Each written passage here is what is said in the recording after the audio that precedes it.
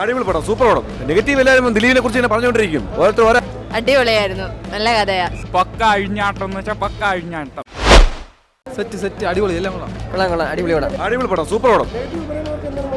Negative എല്ലാവരും ദിലീപിനെ കുറിച്ച് പറഞ്ഞുകൊണ്ടിരിക്കും. ഓരോ അഭിപ്രായം പറയാം, നമ്മൾ നോക്കേണ്ട കാര്യമില്ല. പടം വിജയം. ഗില്ലി യൂണിവേഴ്സ് എല്ലാവരും പക്കയായിരുന്നു. അടിപൊളി എന്ന് വെച്ചാൽ അങ്ങേയറ്റത്തെ അടിപൊളി. മോഹൻലാലിന്റെ ക്യാമിയോ ഇത് ക്യാമിയോ ഒന്നുമല്ല, മോഹൻലാലിന്റെ അഴിഞ്ഞാട്ടം തന്നെ ആ സിനിമയിൽ. രണ്ടുപേരും കട്ടയ്ക്കാട്ടാ, രണ്ടുപേരും. ദിലീപ് ഏട്ടൻ്റെ കംബാക്ക് എന്ന് വെച്ചാൽ അങ്ങേയറ്റത്തെ കംബാക്കാണ്. വേറെ ഒരു സിനിമയിലും ഇല്ലാത്ത കംബാക്കാണ് ഇത് വന്നേക്കണത്. അത് പറഞ്ഞേക്കും പോലെ തന്നെ ആള് വന്നേക്കണം. അടിപൊളി എന്ന് വെച്ചാൽ അങ്ങേയറ്റത്തെ അടിപൊളിയാണ്. ഫാമിലിയും പൊളിച്ച് കിട്ടില്ല തന്നെ, ഒന്നും കാണാനില്ല. ഇത് OTT വേണ്ടി വെയിറ്റ് ചെയ്യില്ല, ഇത് തിയേറ്ററിൽ വന്ന് കാണണം, അത്രേ ഉള്ളൂ. അതാണ് ഇത്. നമുക്ക് സിനിമ കാണുമ്പോൾ നമുക്ക് അറിയാലോ, ഇത് ലോജിക്ക് നോക്കല് ഒന്നും നോക്കാതെ വന്ന് തിയേറ്ററിൽ വന്ന് കാണും, അത്ര തൂക്കി ദിലീപ് ലാലേട്ടൻ കൊള്ളാം, നല്ല പടം, ഒന്നും പറയില്ല, കിടിലം പടം. പടം കൊള്ളായിരുന്നു, കുഴപ്പമില്ല. ലാലേട്ടൻ്റെ ക്യാമിയൊക്കെ പൊളിച്ച് കിടിലായിരുന്നു, കൊള്ളായിരുന്നു, അടിപൊളിയായിരുന്നു. ലോജിക്കില്ലായ്മ അങ്ങനെയൊന്നും തോന്നിയിട്ടില്ല. ദിലീപ് തൂക്കി.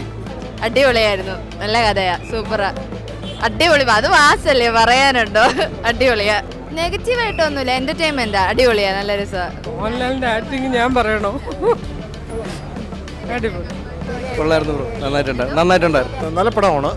പൊളിറ്റിക്കൽ മാസ് ആക്ഷൻ എൻ്റർടൈനറാണ്. പിന്നെ ഇത് എടുത്തു പറയത്തക്ക ഹൈലൈറ്റ്സ് എന്ന് പറയുന്നത് ഈ അരമണിക്കൂർ മോഹൻലാലിൻ്റെ ഒരു അഴിഞ്ഞാട്ടമാണ്, അത് കൊള്ളാം.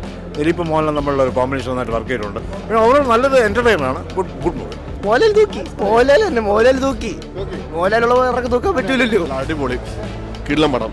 മോഹൻലാലും ദിലീപിലും അഴിഞ്ഞാട്ടം, ഒന്നും പറയാനില്ല. ഒരു നെഗറ്റീവ് ഇല്ല ഇത് പറയാൻ. കിട്ടില്ല, പടം കൊള്ളാം ചേട്ടാ, നല്ല സിനിമ. ആവറേജ്.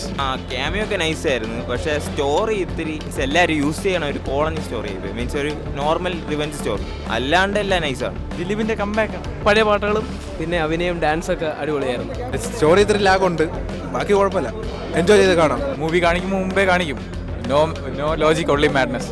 ക്യാമിയോ കൊള്ളായിരുന്നു. നെഗറ്റീവ് അങ്ങനെയൊന്നുമില്ല.